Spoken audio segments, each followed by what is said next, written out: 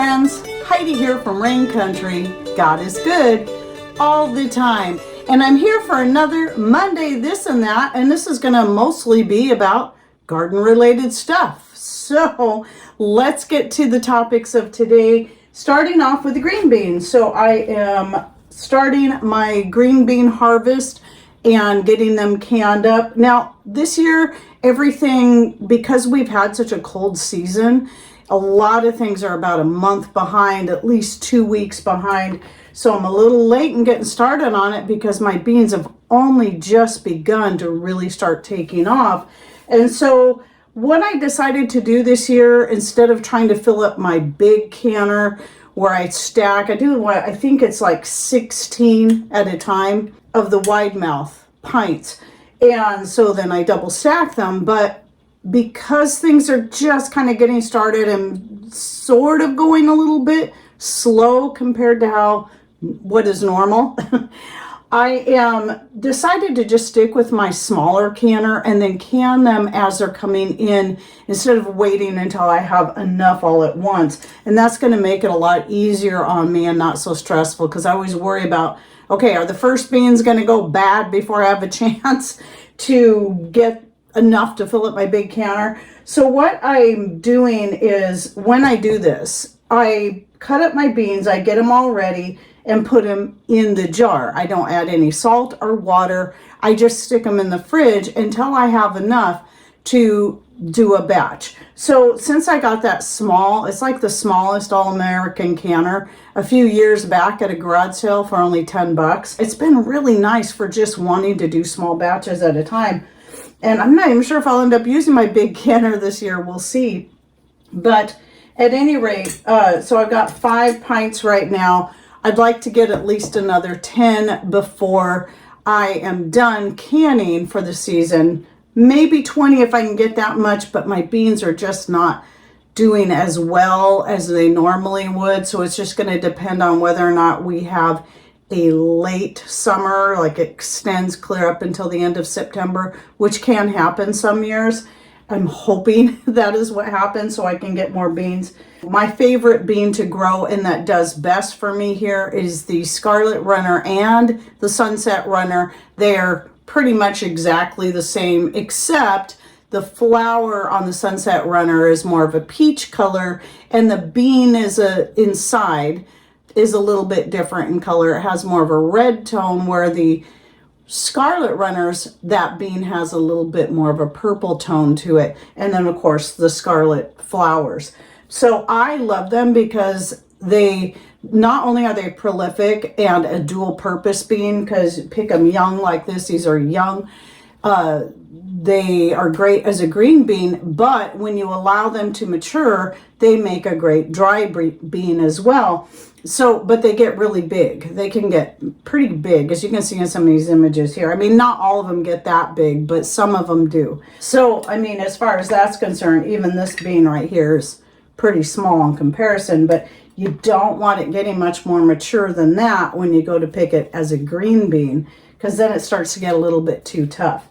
So I got started on that, and then when I'm done, I'll let the rest just dry, and then I'll have my dry beans for either planting, for selling, because I do sell a lot of my different seeds, or for using for making things like chili or adding to soups and stuff. And I have made chili out of my own beans. And so beans are one of my very favorite things to grow, these beans in particular, because of their many uses. And then my second favorite is the purple potted pole bean, which is just not doing great. I've got maybe a couple of beans out there. I find that the colder the season, the less likely I am to get much out of the purple beans. So I should get some, and I may just wait on those and just save all of those for seed, because I really do need more purple potted pole bean seeds. And they are a beautiful plant as well with their purple flowers and then the purple pods. But when you cook them or can them, because I've canned them right along with these, you can't tell the difference. They end up all kind of being this darker green color when you can them. And then some other things is I'm still getting a lot of snow peas. In fact, I'm to the point I'm just done putting up snow peas, and there's still a lot coming in. So what I'll do with the rest is a lot of them, you know, I'll let them mature. Some of them I'll feed to the chickens because they just love them. And then a lot of them I'll obviously save for seed to either sell or plant for next year. So I decided before I was done, because I got plenty in the freezer, and so I'm doing good there. And then I decided to go ahead and just ferment a bigger jar of them. I have another pint jar in the refrigerator, and some of them are just for snacking. But these I decided to keep fairly simple. I just put salt, and I went ahead and threw some garlic in there as well. And these will be the ones I work through first when it comes to doing my stir fries, my fried rices, the things I like to add snow peas to. Another thing I did differently, because I do want to keep these as crisp as possible, is I added a couple of horseradish leaves in there. Well, it's probably one horseradish leaf because they get really big, that I cut into smaller pieces. I put the biggest piece at the bottom, and the top, you probably can't see it. I put a couple more pieces because I have found horseradish leaves to work better at keeping things crisp than even your grape leaves. I've used grape leaves, they work okay. Horseradish leaves work better. Now, I don't want to use the horseradish leaves in everything simply because I may not want that horseradishy flavor in everything I'm going to ferment and try to keep crisp. But it was a great addition to my cucumber kimchi I did a couple years ago. They did great at keeping the cucumbers crisp in the fridge for months and months, but also added a nice flavor to the cucumber kimchi. So really it just depends on what you're going to use them in, but horseradish leaves are edible and they do taste like horseradish. It's just not near as strong or hot as the root itself is. So just remember, you can do that. Now I haven't done anything more with horseradish leaves, but I would assume they would be quite good chopped up, especially if you pick the younger ones when they're a little bit more tender, chop them up and add them to stir fries. I think that would be really good, especially if you like that flavor, but maybe want it in a little bit more mild form. And then some other things, you can see I've got more zucchini back here that I'm going to be cutting up today and getting in my dehydrator, and I've started harvesting the plums. And I said in that photo, the photos I put on the community section, that it was our first time really getting to harvest from that tree. That's not entirely true. We used to have the tree in a pot out back, and it did get a few plums on it one year. But once we finally figured out where we wanted it to go, because it's several years old, I don't remember how many years old, then we transplanted it out front, and I don't remember how many years ago that was, maybe 4. And I thought maybe the very next year it'd get fruit. No, it didn't. I think it was just in a state of shock for a while. And I was worried it would never get fruit. Last year, it finally got flowers for the first time since moving it out there. But then we had a late freeze that caused it to not get any fruit. So that was a bummer. But we've got this here. We're getting plenty. I've only just started. There's quite a few more out there. Some of them, yes, we are enjoying fresh. But I will be canning up quite a bit. Now, I don't know the variety of this plum. It's a plum that my neighbor had in his yard, and he'd made some starts, just taking some cuttings and made some starts and gave us a couple. One of them didn't survive. I can't remember why. We had 2 growing, and then one of them died on us. Yeah, so I don't know, but I do know that years ago when he just had so many plums on his tree, he's just begging people to come take the plums.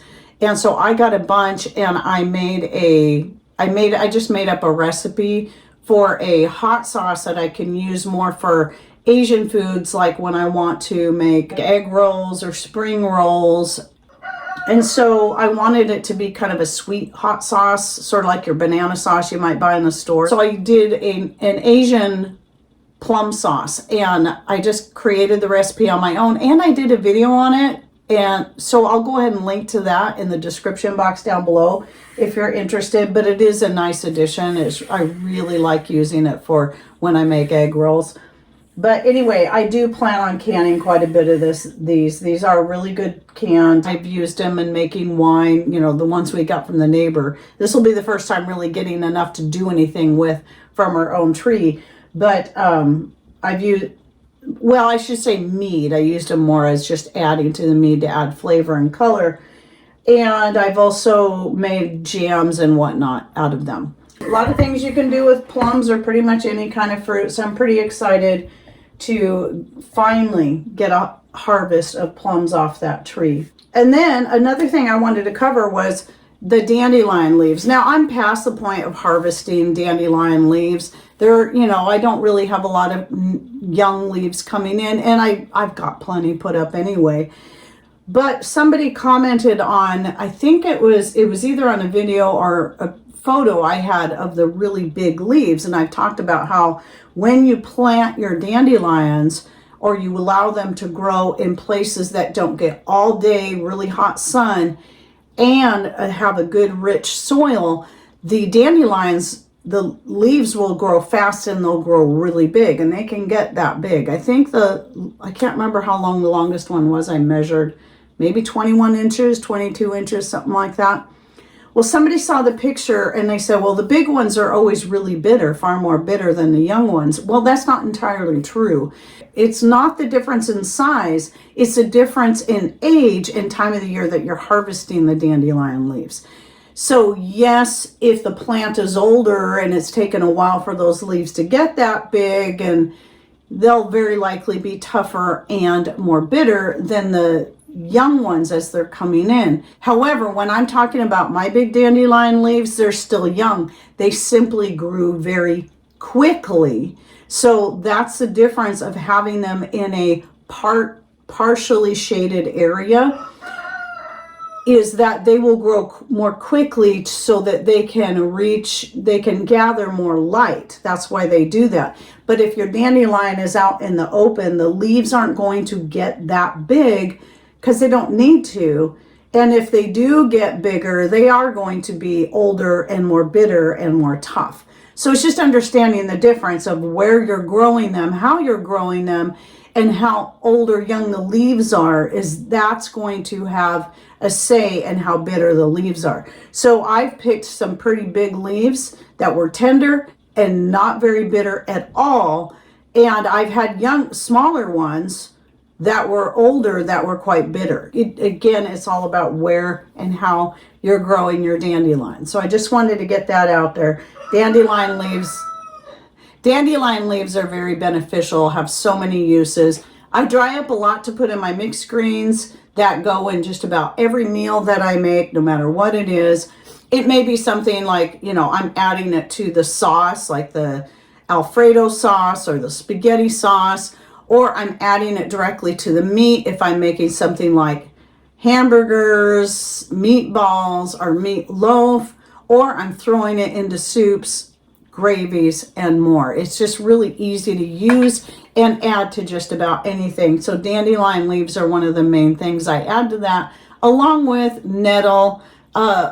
In the beginning, I was doing a lot of grape leaves. I don't add that much grape leaves to those, but grape leaves are excellent too. Have a lot of great benefits as well, and nutrients. There's a lot of wonderful greens that you can collect from your different plants, beans, peas, and more, that you can throw into your greens blend to add nutrition to your meals all through the year. And what I'll do is I'll link to the most recent video I did on my mixed greens, though I don't know how old it is. I don't remember. I can't keep track anymore after 9 years of doing this. But I'll link to the most recent one if you'd like to learn more, and some other ideas like carrot tops and so much more that you can add to that in the description box down below. Now, the next thing is really not so much garden related, but it can be. So if you're harvesting things like your different herbs and you're drying them up because you want to use them, or even using them fresh to make tinctures and extracts, then one thing I learned most recently is that, like, okay, when I first started making a lot of my extracts, I was using just homemade vinegar. And I really didn't like the flavor of it. It made it hard to take, but it was cheap, it was free, but I found I prefer using my homemade wine instead of vinegar. But for those who are trying to avoid alcohol altogether, here's the benefit of vinegar that I just learned. When you're using it to make an extract, is it is one of the best solvents at drawing out the minerals from your different herbs to make that extract. So this is going to be especially good when you're making something like a multi-mineral extract. Using the vinegar is going to work very well. I was so excited to read that. So you could even do, to make it taste better, you can even do an oxymel, which actually doesn't taste all that bad, which is usually a 50-50 blend of vinegar and honey. But you could do a higher ratio of vinegar if you wanted to, and get those nutrients, those minerals pulled out of your various different herbs that you're wanting to extract. Again, I think especially when you're talking about something as a multi-mineral extract, something you would take as a supplement, which I have a video on that. I'll link, again, I have a couple. I'll link to the most recent one down below. I just use my mixed greens to make that. That's what I use because I got a lot of good stuff in there that's high in minerals and other nutrients. And then you can make your multi-mineral extract with that. So anyway, I just thought that was really good news, and I thought you guys would like to know that. Well, that's it for my topics of my this and that for the week. I hope you enjoyed it, and please don't forget to like, subscribe, and put your comments down below if you have anything you'd like to add to these topics or even have some questions you'd like to ask. And thanks for watching. Take care, and God bless.